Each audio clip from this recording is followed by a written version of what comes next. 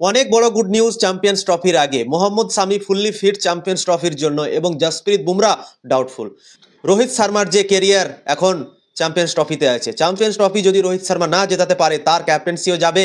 এবং সব থেকে বেশি চর্চা হচ্ছে কি এসএসবি জয়সওয়াল এবং শুভমান গিলকে নিয়ে।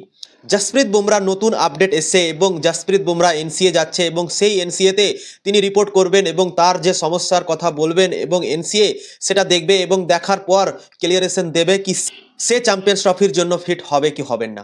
তো জসপ্রীত বুমরা যদি না থাকে তো ভারতের দলের জন্য অনেক খারাপ হবে এবং জসপ্রীত বুমরা আর মোহাম্মদ সামি যদি একসাথে আবার বল করে তাহলে 2023-এর বিশ্বকাপের মতো আবার হয়ে যাবে এবং ভারতীয় দল অনেক সুন্দর পারফরমেন্স করবে বোলিংয়ের জোরে। তো জসপ্রীত বুমরা আর মোহাম্মদ সামি যদি থাকে ভারতীয় দলে চ্যাম্পিয়ন্স ট্রফির দলে তো ভারতের জন্য অসাধারণ হবে এবং রোহিত শর্মাও অনেক খুশি হবে, কেননা রোহিত শর্মার যে কেরিয়ার এখন চ্যাম্পিয়ন্স ট্রফিতে আছে, চ্যাম্পিয়ন্স ট্রফি যদি রোহিত শর্মা না জেতাতে পারে তার ক্যাপ্টেন্সিও যাবে এবং যে টেস্ট ক্যাপ্টেন্সি তার এখন দাওতে লেগেই আছে, কেননা ইংল্যান্ড সিরিজের জন্য সে ক্যাপ্টেন হবে কি হবে না এটার জন্য তো পরকার কথা। 5 মাস পরে টেস্ট ম্যাচ আছে ইংল্যান্ডের সঙ্গে, সেখানে রোহিত শর্মা ক্যাপ্টেন থাকবে কি থাকবে না ভারত দল থেকে সেটা নিয়ে ডাউটফুল আছে এবং চ্যাম্পিয়ন্স ট্রফিতে রোহিত শর্মাকে ক্যাপ্টেন করা হবে এবং রোহিত শর্মা সেই চ্যাম্পিয়ন্স ট্রফির পর সেই রোহিত শর্মা থাকবে কি থাকবে না ভারতীয় দলে সেটা নিয়েও কোশ্চেন মার্ক আছে, কেননা রোহিত শর্মা যদি চ্যাম্পিয়ন্স ট্রফি না জেতাতে পারে তাহলে কিন্তু রোহিত শর্মার উপরেও কোশ্চেন উঠবে এবং সে ক্যাপ্টেন্সি ছেড়ে দিতে পারে বা ভারতীয় দল তার কাছ থেকে ক্যাপ্টেন্সি কেড়ে নিতে পারে, এরকমও হতে পারে। তো ভারতীয় দলের জন্য খুবই ইম্পর্টেন্ট মোহাম্মদ সামি এবং জসপ্রীত বুমরা এবং রোহিত শর্মাও চাইবে কি এরা দুজন ফিট থাকুক এবং ভারতীয় দলে যেন চ্যাম্পিয়ন্স ট্রফিতে খেলুক। মোহাম্মদ সামির জন্য অনেক বড় update, Mohammad Shami fully fit আছে এবং ইংল্যান্ডের সঙ্গে যে 3 ম্যাচের ওডিআই সিরিজ আছে সেখানে মোহাম্মদ সামি অ্যাভেলেবেল থাকবে এবং সে চান্স পাবে, এরকম ভাই নিউজ বেরিয়ে আসছে মোহাম্মদ সামির জন্য। তো মোহাম্মদ সামি চ্যাম্পিয়ন্স ট্রফির আগে 3টে ম্যাচ খেলবে এবং ম্যাচ খেলার পর চ্যাম্পিয়ন্স ট্রফি খেলতে যাবে দুবাই। তো অনেক সুন্দর নিউজ আজকে আমরা পেলাম মোহাম্মদ সামির এবং জসপ্রীত বুমরা ডাউটফুল আছে এবং সব থেকে বেশি চর্চা হচ্ছে কি এসএসবি জয়সওয়াল এবং শুভমান গিলকে নিয়ে। এসএসবি জয়সওয়ালকে বেশিরভাগ সাপোর্ট দিচ্ছে সবাই, কেননা এসএসবি জয়সওয়াল তাবড়তোড় ক্রিকেটার এবং অসাধারণ সে খেলছে, টেস্ট ক্রিকেট সে অনেক সুন্দর খেলছে কিন্তু এখন পর্যন্ত ওয়ানডে ক্রিকেটে তার ডেবিউ হয়নি এবং সবাই চাইছে কি ইংল্যান্ড সিরিজে এসএসবি জয়সওয়াল যেন ডেবিউ করুক এবং সে চ্যাম্পিয়ন্স ট্রফির জন্য সিলেক্ট হোক। শুভমান গিলকে সরানোর কথা বলা হচ্ছে, কেননা শুভমান গিল টেস্ট ক্রিকেটে ভালো পারফরমেন্স সে করেনি এবং তাই জন্যই শুভমান গিলকে সরানোর কথা সবাই আলোচনা করছে এবং বলছে কি এসএসবি জয়সওয়ালকে খেলা উচিত এবং বেশিরভাগ লোক এসএসবি জয়সওয়ালকে চাইছে। কিন্তু শুভমান গিল ওয়ানডে ক্রিকেটে অসাধারণ পারফরমেন্স করে এসছে ভারতের দল থেকে, সে ডাবল 100ও করেছে, তো তাকে যদি ভারতীয় দল বাদ দিয়ে দেয় তার জন্য কিন্তু আনফেয়ার হবে। তো এসএসবি জয়সওয়াল তো তাবড়তোড় খেলছে, সে ডিজার্ভ করে ভারতীয় দলে জায়গা, কিন্তু শুভমান গিলও সেই আগে থেকে জায়গা নিয়ে বসে আছে ওয়ানডে ক্রিকেটে, তাকে তো বাদ দেওয়া যায় না। তো শুভমান গিল প্রথম চয়েস থাকবে ভারতীয় দলে, রোহিত শর্মা এবং শুভমান গিলই ওপেনিং করবে আমার মনে হয় এবং 3 নম্বর ওপেনার থাকবে ভারতীয় দলের এসএসবি জয়সওয়াল এবং রোহিত শর্মা আর এসএসবি জয়সওয়ালের মধ্যে এরা দুজন যদি ফেল হয় তাহলে কিন্তু এসএসবি জয়সওয়ালকে খেলানো হতে পারে, তার আগে আমার মনে হয় তাকে চান্স দেবে না, কেননা অলরেডি রোহিত শর্মা আর শুভমান গিল সেট আছে ভারতীয় দলে।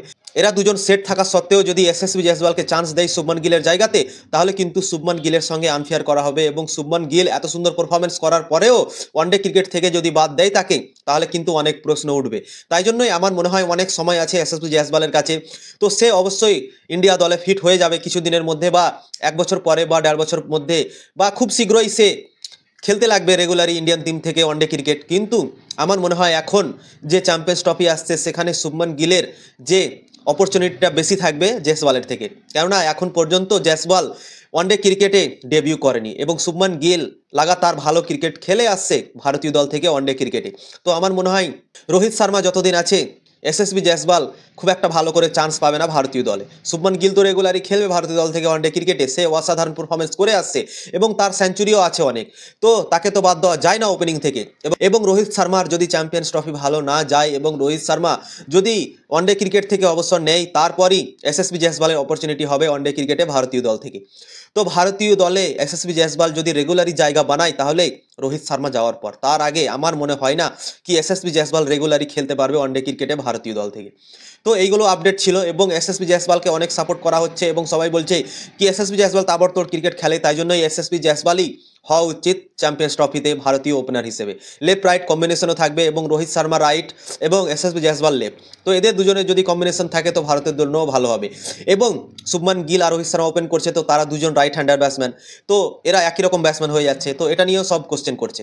তো তোমাদের কি মনে হয় কাকে নিয়ে যাওয়া উচিত চ্যাম্পিয়ন্স ট্রফিতে? অবশ্যই কমেন্ট করে তোমরা জানাবে।